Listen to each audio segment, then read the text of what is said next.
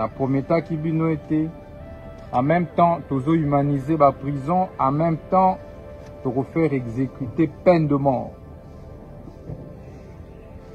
Donc désormais bakangio okozala lisusu na boloko te. To faire exécuter peine de mort ndenge boyebi ezalaka par fusillade topé par pendaison. Et qu'on servir na leçon na bakuluna ba bandi nyusu. Tolingi lisuko mona takuluna morote na ville Kinshasa na ba ville nyusu ya mboka. Voilà message oyo la linga ki na pesa bino bosambela déjà. Bosenga déjà pardon na Nzambe na bato bosalaka ma mabe. Merci. Oh, 24 personnes. 24, hein? 24. Oh, il faudrait que 24. Ah, 24,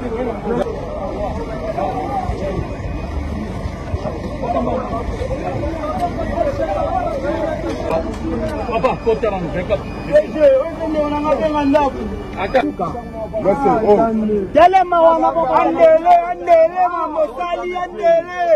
Andele masale loko tota kombola la liste. Andele opesa 10. Masale loko ke. Shalom, shalom, peuple de Dieu. Shalom, shalom, chers compatriotes. C'est encore votre humble serviteur, le pasteur don de Dieu, Kaladi.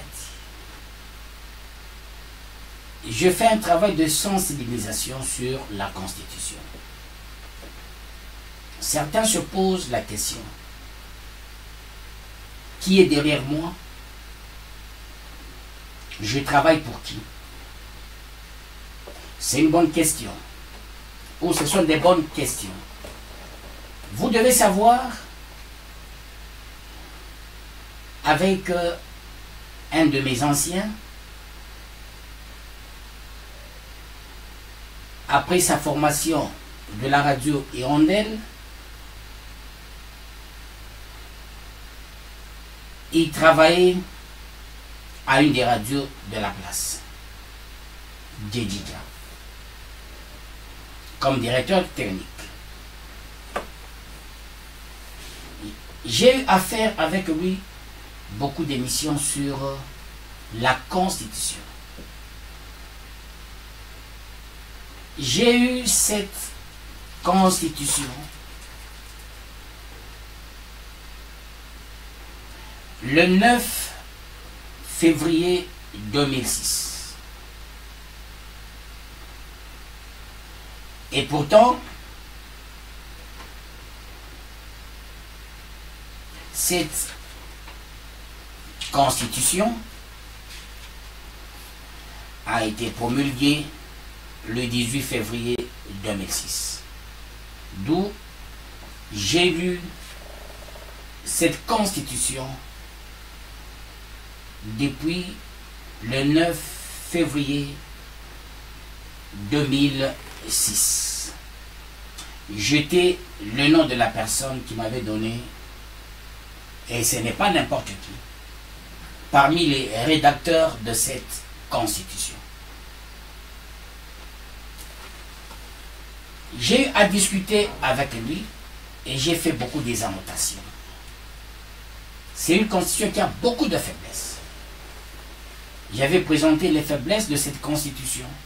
La violation de la loi Bakajika. Je me suis référé à cette constitution par rapport aux élections dans notre pays, à la répartition des revenus, comment tout fonctionnait par rapport à la Constitution. C'est une constitution qui a beaucoup de faiblesses. Mais c'est une constitution qui nous a donné une fausse paix. Pas comme les uns les autres parler de la paix. Non, ça nous a jamais donné la paix, ça a donné une fausse paix. Parce qu'après, nous avons vu, du fait de ne pas respecter la constitution de la transition de 2005, il s'est passé un problème sérieux. Les militaires du gouvernement et les militaires de Mbemba ils se sont vraiment tirés à bout portant et c'était un carnage à Kinshasa. Aujourd'hui, je vais parler sur quoi? Je reviens sur le titre 4 de cette constitution qui parle de la révision constitutionnelle. J'ai déjà parlé de la révision constitutionnelle, j'aimerais encore m'y apaisantir. Étant donné la répétition est la mère du savoir. Titre, qu'est-ce que j'ai dit? Pas titre 4, titre 7 de cette constitution qui parle de la révision constitutionnelle. Que dit le titre 7? Article 218. L'initiative de la révision constitutionnelle appartient concurremment 1. Au président de la République. Ça signifie quoi en termes clairs? La Constitution est révisable. Mais qui peut initier cette révision? Il n'y a que 4 acteurs majeurs. Le premier acteur, c'est le président de la République. Après débat et délibération, il peut se dire, révisons cette constitution, comme le cas avec Kabila. Kabila, il a révisé, et la constitution révisée est là. C'est une constitution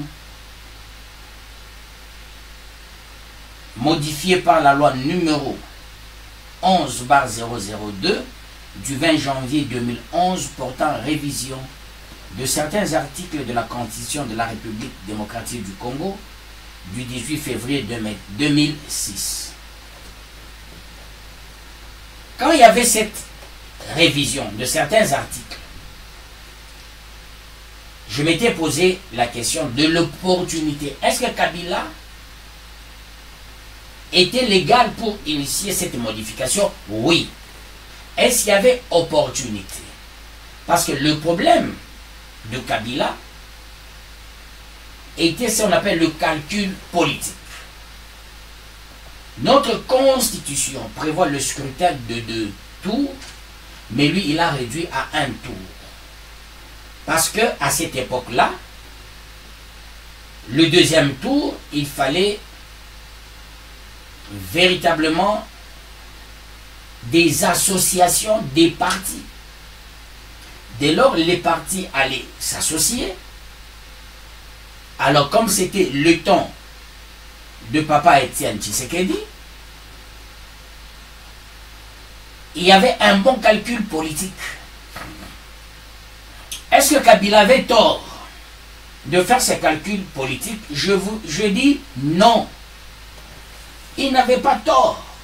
La politique, ce sont des calculs qui comptent.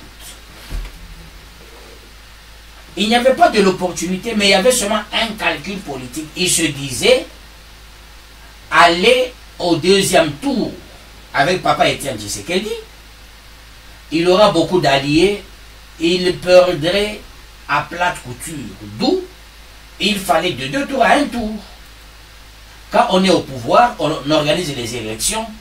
En Afrique, c'est difficile de les perdre. Avec la CNI inféodée. Là, c'est une évidence. Est-ce le calcul politique, c'est un péché en politique? Je dis non. Les partis politiques sont là pour la conquête du pouvoir, l'exercice du pouvoir longtemps possible et la conservation du pouvoir. Et un parti politique, quand il fait la conquête, il se dit, je vais l'exercer longtemps possible et je vais le conserver. C'était une stratégie de Kabila. Il n'avait pas péché en politique. Il avait fait un calcul politique. C'était à l'opposition de l'empêcher. L'opposition de l'époque ne s'était pas bien organisée pour empêcher Kabila. Seulement en 2015, avec l'ONIP, ainsi que la CENI, on voulait faire un mixage de la CENI, l'ONIP, derrière cette procédure touchée à la Constitution. Et là, la population vraiment avait barré la route à Kabila. Malgré on avait barré la route à Kabila, il a utilisé notre stratégie politique. Il est allé jusqu'en 2018. Je rentre qui peut initier la révision constitutionnelle. Il y a l'initiative de la révision constitutionnelle appartient concurremment, 1, j'avais dit, au président de la République, 2, au gouvernement, après délibération en Conseil des ministres. Qui dit Conseil des ministres dit président de la République, qui est le premier qui peut initier. Il se retrouve en Conseil de ministres. Il conduit le Conseil de ministres, d'où il a un dédoublement fonctionnel pour pousser le bouchon très loin, parvenir à avoir la révision d'une constitution. 3, un autre acteur, on dit à chacune des chambres du Parlement, à l'initiative de la moitié de ses membres. Autrement dit, c'est une constitution qui est faite à deux seins. Le président en République démocratique du pouvoir, République démocratique du Congo qui est au pouvoir, il peut initier. Il est encore dans le gouvernement qui est à sa cause.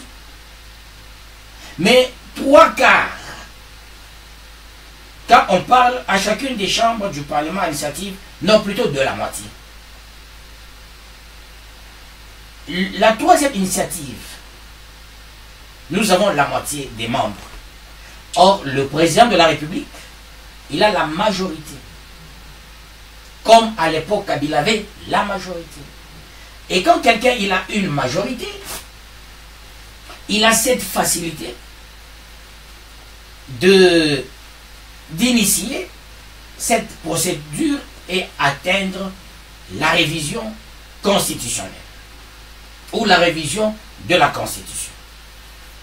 4e, on dit à une fraction du peuple congolais, en l'occurrence 100 000 personnes, s'exprimant par une pétition adressée à l'une des deux chambres. Vous voyez, quand on dit 100 000 personnes, au Congo, les élections sont sociologiques.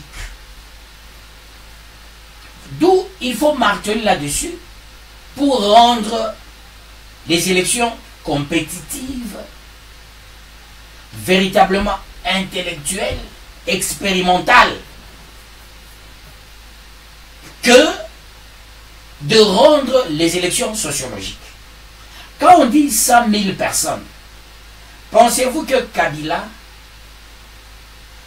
pouvait manquer les 100 000 personnes? Non. Est-ce que Félix pourra-t-il manquer 100 000 personnes pour dire voilà, je pousse 100 000 personnes, l'UDPS, son parti, l'UDPS a plus de membres, plus de 100 000 personnes. À l'époque, Kabila avec son PPRD, 100 000 personnes. C'est-à-dire toutes les 4 possibilités pour réviser la Constitution. Le gagnant, c'est le président de la République. Parce que le président, il est l'initiateur. Le gouvernement est initiateur, lui-même, il est dans le gouvernement. Le Parlement est l'initiateur. Il a sa majorité. 5000 personnes constituent aussi, les 5000 personnes sont initiatrices. Et un président de la République au Congo peut avoir 5000 personnes. Vous voyez, pour réviser une constitution par celui qui est au pouvoir, c'est trop simpliste. Ce n'est pas compliqué. Cette constitution, il faut véritablement la changer. Parce que les gens au Congo confondent l'article 64 de cette constitution. L'opposition dans son ensemble, même quand l'UDPS était à l'opposition, brandissait l'article 64. Que dit l'article 64? Et c'est dans quelle matière? C'est dans une matière de devoirs du citoyen.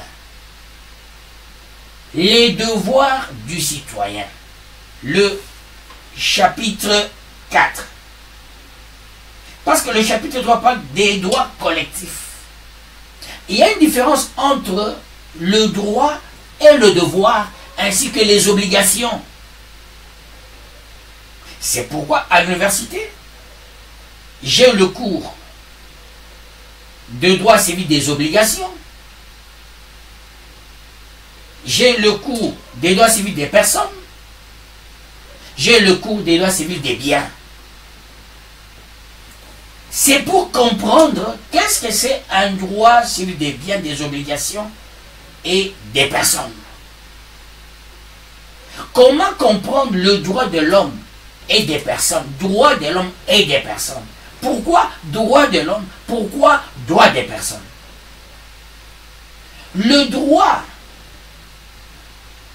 est maniaque de ces mots.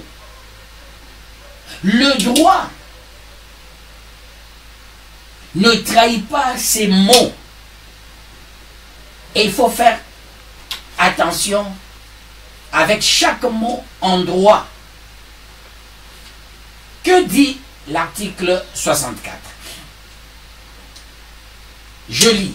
Tout Congolais a le devoir de faire échec à tout individu ou groupe d'individus qui prend le pouvoir par la force ou qui l'exerce en violation des dispositions de la présente Constitution. Deuxième alinéa, toute tentative de renversement du régime constitutionnel constitue une infraction imprescriptible contre la nation et l'État. Elle est punie conformément à la loi. Il y a deux alinéas. L'alinéa flatteur, c'est le premier. L'alinéa exécutoire, c'est le deuxième. Parce que la Constitution, c'est l'esprit et la lettre. Quand on dit tout Congolais a le devoir de faire échec à tout individu ou groupe d'individus qui prend le pouvoir par la force ou qui l'exerce en violation des dispositions de la présente Constitution. Ça signifie quoi en termes clairs? Parce que le deuxième alinéa oppose le premier alinéa. Le deuxième alinéa garantit les pouvoiristes. C'est-à-dire toute tentative de renversement du régime constitutionnellement constitue une infraction imprescriptible plutôt contre la nation et l'État. Elle est punie conformément à la loi. Voyez, quand un groupe de gens s'élève pour dire article 64, premier alinéa, qui dit tout Congolais a le devoir de faire échec à tout individu ou groupe d'individus qui prend le pouvoir par la force. Quand est-ce qu'on prend le pouvoir par la force? Cette constitution voudra dire au Congo, personne ne peut devenir président du fait d'un forcing ou par les armes. Ça, c'est ça le sens. Je suis en train d'expliquer le sens de cet article. aussi, toujours l'article 64, qui dit au groupe d'individus qui prend le pouvoir par la force ou qui l'exerce en violation des dispositions de la présente Constitution. Qui parle de la constitutionnalité et de l'inconstitutionnalité. C'est là où cet article, à l'époque de l'UDPS brandissait cet article, mais l'UDPS n'avait pas qualité de parler de la constitutionnalité ou de l'inconstitutionnalité. Au Congo, c'est la Cour constitutionnelle habilité de parler de la constitutionnalité ou de l'inconstitutionnalité. Je sais que la rue, c'est aussi une force. Là, on ne peut pas négliger. La rue, c'est une grande et alors grande force dans tous les États au monde. Mais en matière de pouvoir, il y a la constitutionnalité et l'inconstitutionnalité. Voilà pourquoi il faut essayer de changer cette constitution. Dès lors, il y a l'eschatologie du soir qu'a utilisé toutes les forces de l'opposition dans le monde, surtout les femmes, les associations des femmes dans le monde, pour dire non aux pouvoiristes. Avec l'eschatologie du soir, il faut un minimum d'une sensibilisation. Or, l'opposition a toujours été divisée. Il y a l'opposition qui est avec le pouvoir. C'est ça le problème. Cette fois-ci,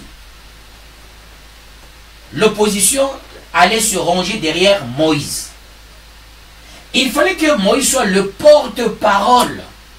C'est ça l'erreur au Congo. Il y a la loi sur l'opposition. Je vais parler de ça un jour. Que dit la loi sur l'opposition au Congo? Il faut un porte-parole. Avec les appétits gloutons, on n'a jamais eu de porte-parole de l'opposition.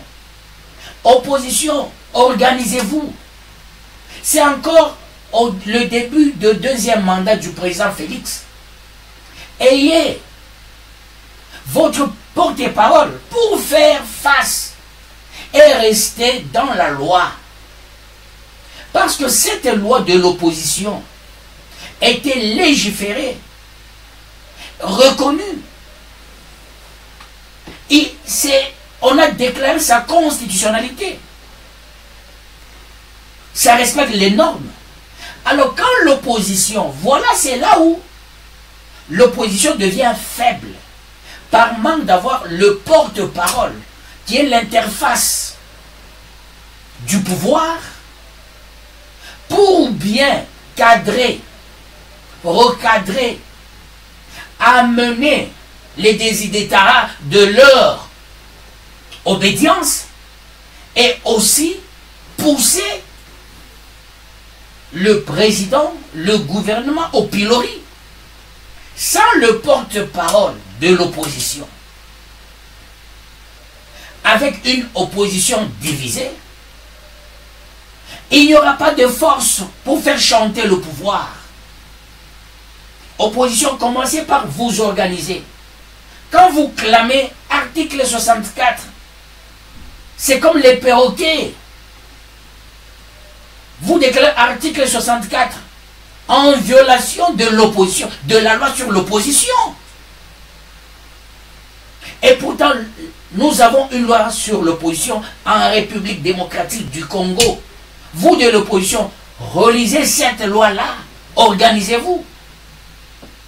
Comme à l'Assemblée nationale, c'est Moïse qui a beaucoup de députés, c'est lui, ipso facto, qui devient l'interface du pouvoir. Dès lors, voulez-vous vous organiser? Voulez-vous brandir l'article 64? Vous saisissez les canaux légaux. Et là, votre parole a de la valeur. Dans le cas contraire, ce serait superfétatoire, inutile toutes les démarches. Je suis en train de vous aider, vous de l'opposition, à s'organiser pour qu'il y ait une ambiance dans mon pays. Je suis pasteur, je suis aussi scientifique. Je dois chercher de l'équilibre. Je dois prier pour toutes les autorités, politico-administratives, tant civiles que militaires. Les autorités du pouvoir, je prie pour eux. Les autorités de l'opposition, je prie pour eux. Les autorités militaires, je prie pour eux. Les autorités de Dieu, je prie pour elles plutôt, comme il s'agit de l'autorité. Sorry, pas pour eux, pour elles, pour elles, pour elles, pour elles. C'est de l'absus linguae, comprenez. Alors, il est à noter que nous devons faire une bonne démocratie dans notre pays. Aller à l'encontre, c'est faire le jeu du pouvoir. Attention, il est certains membres de l'opposition. La nuit sur le jour sur la rue, la nuit, ils vont voir les pouvoiristes. Donnez-nous l'argent, nous faisons semblant de parler. Parce que la constitution du pays est claire. Comment les intellectuels, même les juristes, ils vous brandissent l'article 64? Mais comment l'appliquer? Parce que l'article 64 a le premier alinéa et le deuxième alinéa. Le deuxième alinéa donne le pouvoir au pouvoir. Le premier alinéa réduit une opposition sans porte-parole. Sauf l'eschatologie du soir. S'il y a l'eschatologie du soir, comme en France, aux États-Unis, en Russie, en Chine, là ce serait autre chose. Au Sénégal, il y avait aussi l'eschatologie du soir. En Afrique du Sud, il y avait l'eschatologie du soir. Là, ce serait autre chose. Alors, faites attention. Vous de l'opposition, organisez-vous. Parce que Félix, il est encore au début de son premier mandat. Il n'a pas encore fait une année pour son premier mandat. Fais gaffe, il fera une année le 20 janvier. L'opposition se comporte comme si Félix, il est à la fin de son dernier mandat. Je dis bien dernier mandat. Il n'y a pas la possibilité de troisième mandat. Il n'y en a pas. Félix est légaliste, il ne fera pas un troisième mandat. Il va s'arrêter au deuxième mandat. S'il va toucher à la Constitution, ce n'est pas pour avoir un troisième mandat. La N-O-N. Aujourd'hui, j'ai voulu, ou j'ai pensé à un équilibre. C'est là que vous verrez, le droit c'est de l'équilibre. Il y a toujours une balance. La même balance du droit, c'est la même balance de diamant. Le droit c'est un diamant. Mais attention, il y a des pierres semblables au diamant. Attention avec le droit qui est semblable au droit. Il faut s'atteler au bon droit. Comme quelqu'un a parlé de l'esprit de loi. La loi a un esprit. L'homme a un esprit. Toute créature a un esprit. Et nous devons faire attention. Il y a aussi la lettre. La lettre, c'est tout ce que tout le monde voit. Mais l'esprit relève de l'exégèse. Peuple de Dieu, chers compatriotes, pour aujourd'hui, je m'arrête là. Encore une fois, je bénis la population cambodienne. Il n'y a pas le droit des Kassaïens, il n'y a pas le droit des Katangais, il n'y a pas le droit des Bas-Congolais, il n'y a pas le droit des Blancs. Le droit reste le droit universel, mais chaque pays a au moins sa constitution. il faut respecter la constitution de son pays. Dès lors, on l'a accepté, mais il y a des canaux pour la modifier. Ça ne relève que de 4 titulaires que j'ai su mentionner dans ce que nous sommes en train de faire, l'exercice de l'équilibre pour que le Congo ne se déchire pas. Soyons unis. On n'a que ce pays. Il y a ceux-là. Je cesse de polémiquer. J'allais larguer une phrase qui allait apporter des polémiques parce que les Congolais sont champions en interprétation. D'où je ne veux pas créer de remous. Je cherche à unir. Bye bye. Que le bon Dieu vous bénisse. Ceux-là qui m'aiment, je vous aime. Ceux-là qui ne m'aiment pas, je vous aime. D'ailleurs, vous ne m'aimez pas. Mais je sais qu'en catimini, vous m'aimez beaucoup. Voilà pourquoi vous vous intéressez à moi. Je vous aime. Que le bon Dieu vous bénisse. Bye bye.